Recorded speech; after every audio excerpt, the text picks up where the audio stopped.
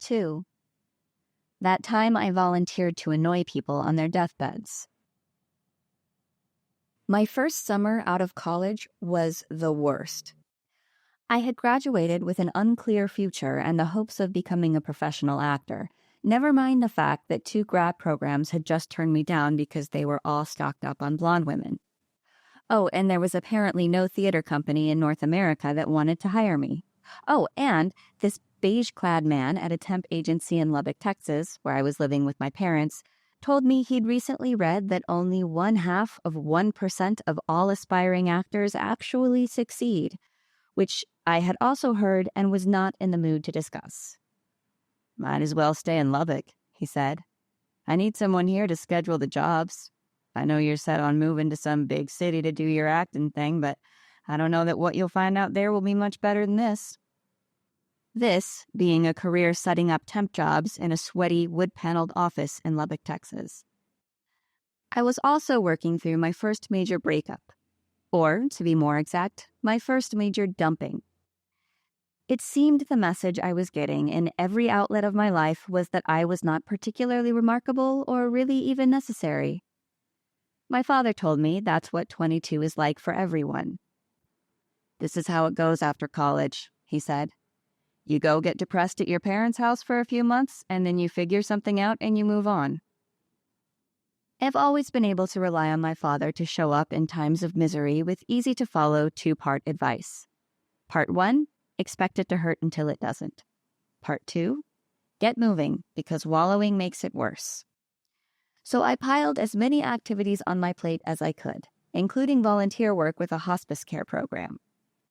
I figured this, of all things, was bound to offer me some sense that I was contributing to the world, that I wasn't some tear-streaked lump on my parents' couch. I was getting out there, brightening lives. My trainer, a sweet red-haired woman named Monica, set me up with a badge and the names of 2 elderly patients who were expected to live only a few more months. I had no significant responsibilities. I merely had to show up and keep them company. After Monica gave me the lowdown on my patients, she led me to a small bookshelf. "These are the program-approved books," she said. "Take a couple with you. If the conversation lags, you can always offer to read." I looked at the options. There were about 37 varieties of Chicken Soup for the Soul and 1 Ziggy book. I wondered if this is what it comes to in your final moments. A cheery blonde girl showing up at your bedside, guiding you to death's door with chicken soup for the senior's soul. My patient Ella wasn't going out like that. I could tell the moment I entered her room. I stood at the edge of her bed, all meek and mousy, as the tiny gray-haired lady set down her Reader's Digest and magnifying glass. She looked me over, not cold, but casually critical, like I had come out of a dressing room asking for her opinion and she wanted to give an honest answer. I introduced myself. "What did you say?" she asked. I raised my voice. "My name is Abi. I'm from the hospice program." She nodded slowly, still sizing me up. "If we're going to get along, Abby, you're going to have to talk a lot louder." I told her I would. She asked me to repeat myself. "Well, I'm sure you're a very sweet girl," she concluded. "But to be honest, I don't really understand the point of all this. You being here. I'll try it, I just don't know what the point is." She dismissed me soon after, saying she had to sleep and that I could watch TV in the living room until the caretaker came back from running errands. This is what my first few visits with Ella were. She slept in her room while I read David Sedaris and watched reruns of Frasier on Lifetime. My first visit with Diego, an 85-year-old Mexican-American farmer, was somehow less successful. I found him asleep in his room in the nursing home, and after failing to rouse him, Monica had assured me, "No one wants to miss a visitor," I called a nurse in for advice. The nurse looked at Diego, at me, at the photographs of family hanging on the wall, and the stick figure drawings addressed to Abuelo. "Do you know Diego?" he asked. "I'm from the hospice program," I said. "I'm here to keep him company." I felt impossibly small and oblivious, a naive child assuming she was needed when she absolutely was not. The nurse hesitated a minute, then gave Diego a gentle shake. Diego opened his eyes, and the two had a brief discussion in Spanish. My patient then rolled over and went back to sleep. "You know, he doesn't speak English anyway," the nurse told me. "You speak Spanish?" I called Monica on my drive home to tell her there'd been a mistake. "Oh, no, he speaks English," she said. "I've spoken to him. You know what? If he's asleep next time, read to him anyway. You don't have to stay the full 2 hours. Try to wake him up, read a couple stories, and you can be done." On my next visit, I gave him a gentle nudge, murmuring a weak hola, like my use of one Spanish word would bridge the cultural gap, age gap, gender gap, entire life experience gap, and possible language gap between us. He never opened his eyes. So I flipped through chicken soup in search of the most farmer-friendly story I could find. I ended up reading a tale about a 65-year-old woman who decides to spend her retirement as a clown. After the final sentence, I closed the book, reached for Diego's hand, and promised never to do that again. He slept through every one of my visits, and each time I sat at his bedside asking unanswered questions about the family photos on his walls. As for Ella, I at least finally charmed her into occupying the same space as me. She started taking her naps out in the living room, waking up for 10 minutes here, 15 there, for brief chats. Little by little, we discovered things we had in common. We both loved Jeopardy. We both enjoyed cross-stitch. We both loved school and had both chosen to pursue careers others believed were beyond our reach. I'm a complete ass because I somehow forgot what her job was, but I do remember it was in medicine, and I remember her gender had been the primary reason she'd been discouraged from pursuing her ambitions. Ella was bolder than me. I suspected that was the reason she struggled to like me in the beginning, this nervous, soft-spoken child at the foot of her bed. I think she softened when she realized that, despite my current habit of tiptoeing through life like a wide-eyed, trembling chihuahua, I was trying to be someone more like her. She told me about her long and happy marriage and her 3 kids, 2 of whom lived within a 90-mile radius. She now had 5 grandchildren who visited regularly and a horde of friends calling and sending their love. It was clear to me that Ella's life was full, from the day of her birth to the approaching end. Ella already had all she needed. If anything, my presence interfered with the one opportunity she had to rest. By the end of summer, I had secured a job working with a touring children's theater based in Indiana. Ella, meanwhile, had begun giving her things away, a sign she was only days from letting go, according to my training manual.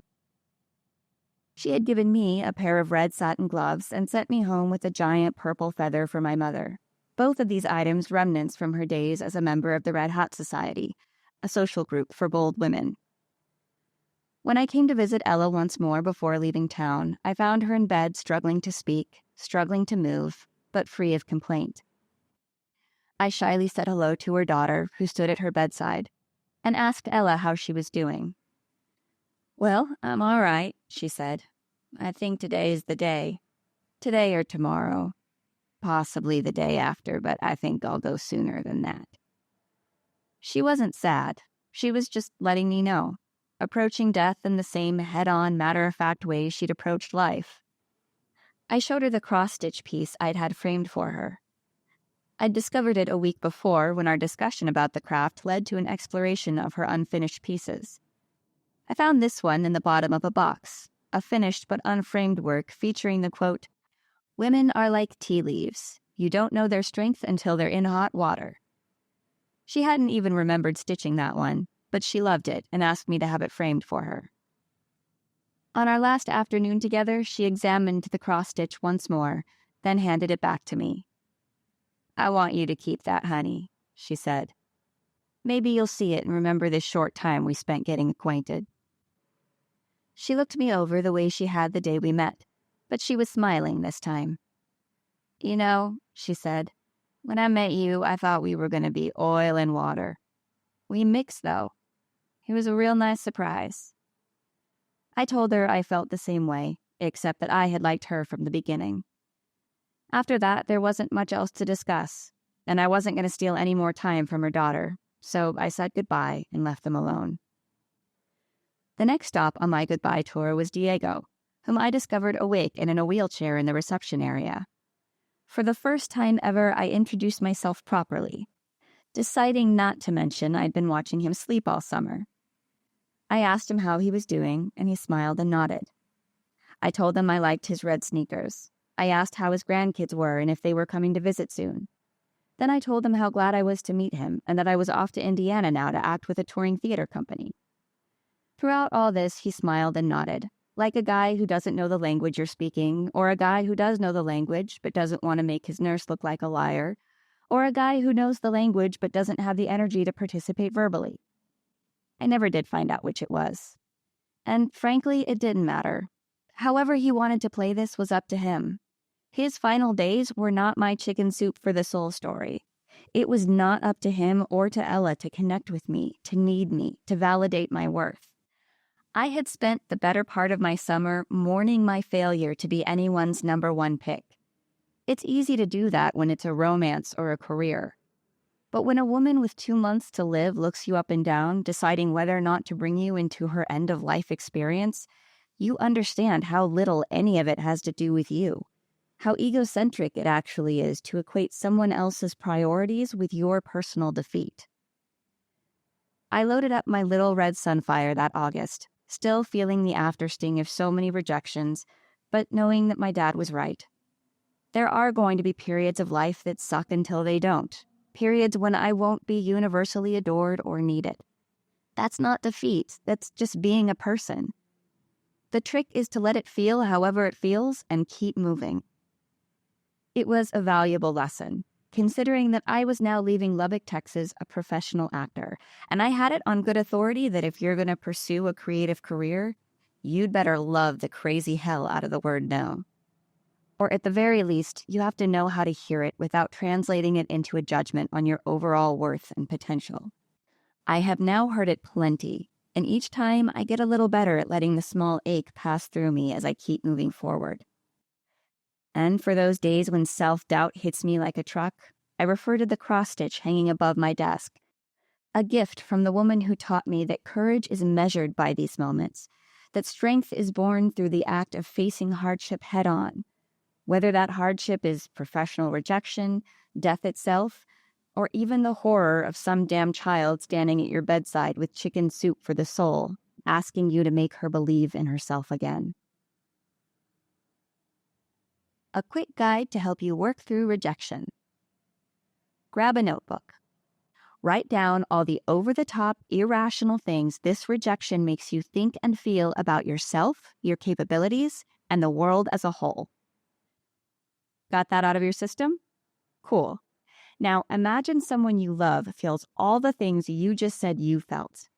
What would you say to them? Write it down. Make a list of reasons you may have been rejected that have nothing to do with you. Circle the ones that seem really possible. When you complete this step, give yourself 24 hours to sit with these answers. Has it been 24 hours? If so, you're ready for the hard part. Write down anything you learned about yourself from this rejection. I'm ugly and stupid is not a thing you learned. I should have researched the company before the interview is. So is my ex never felt heard by me. Important. Only write down the facts. Do not editorialize and don't force it. It's entirely possible this rejection has nothing to do with you. So what did you learn? Is it something you can work on going forward? Great, look at you. You're already becoming more awesome because you failed at something. That's how life works. That's why it's the absolute worst sometimes. Now, to drop it. Make a list of challenging things you always wanted to try or goals you were too chicken to pursue. Pick one. Do it. It will redirect your focus on something you can control, like personal growth. Not to mention, meeting new challenges is a great self-esteem booster. Get to it.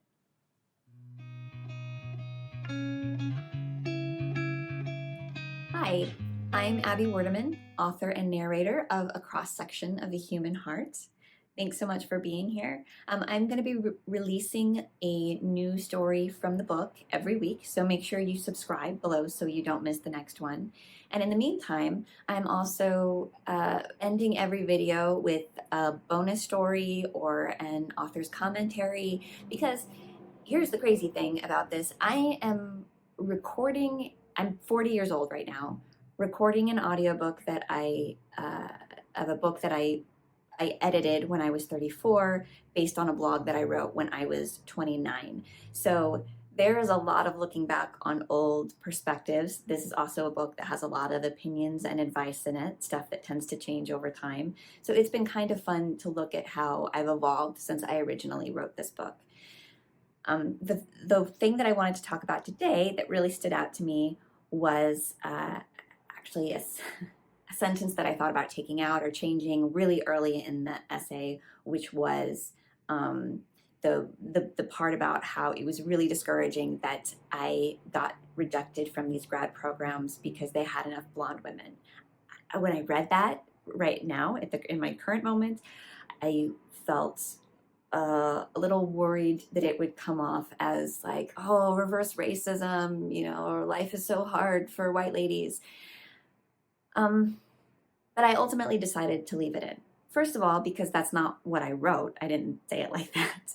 And second of all, because that whole concept really kind of encapsulates the whole idea of the essay, which was making peace with this moment in time where you realize you're not that special.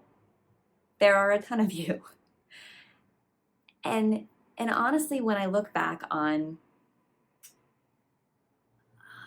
that frustration that I had at that point in my life of feeling like there were just so many women in theater who were my type, except that they could sing and I couldn't. So I wasn't even a dime a dozen. I was like a nickel a dozen. I realize how it prepared me for the discussions that we have now about diversity. I was oblivious to a lot of the concepts that I'm aware of now, but at the time, I will say that when you're seeing someone try to put together their theater program or their company, their whatever, you can really appreciate the fact that this person is trying to recreate a wide spectrum of humanity on their stage.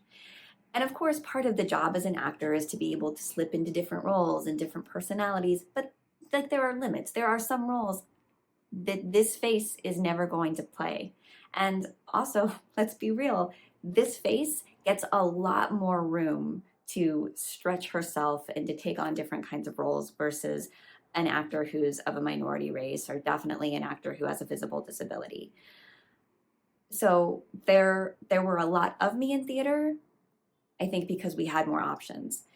And also you saw them more, so you grow up seeing yourself, seeing people who look like you in this job and thinking, oh, maybe there's a spot for me then. So I feel that that's helped me a lot, now that we're at a time where there's more discussion about diversity in hiring and, as you're putting together your committee or your board, being able to make sure you get a lot of different voices in there. Because there's always that argument about merit. Like, oh, it should be the best person for the job. We really should be looking at the talent.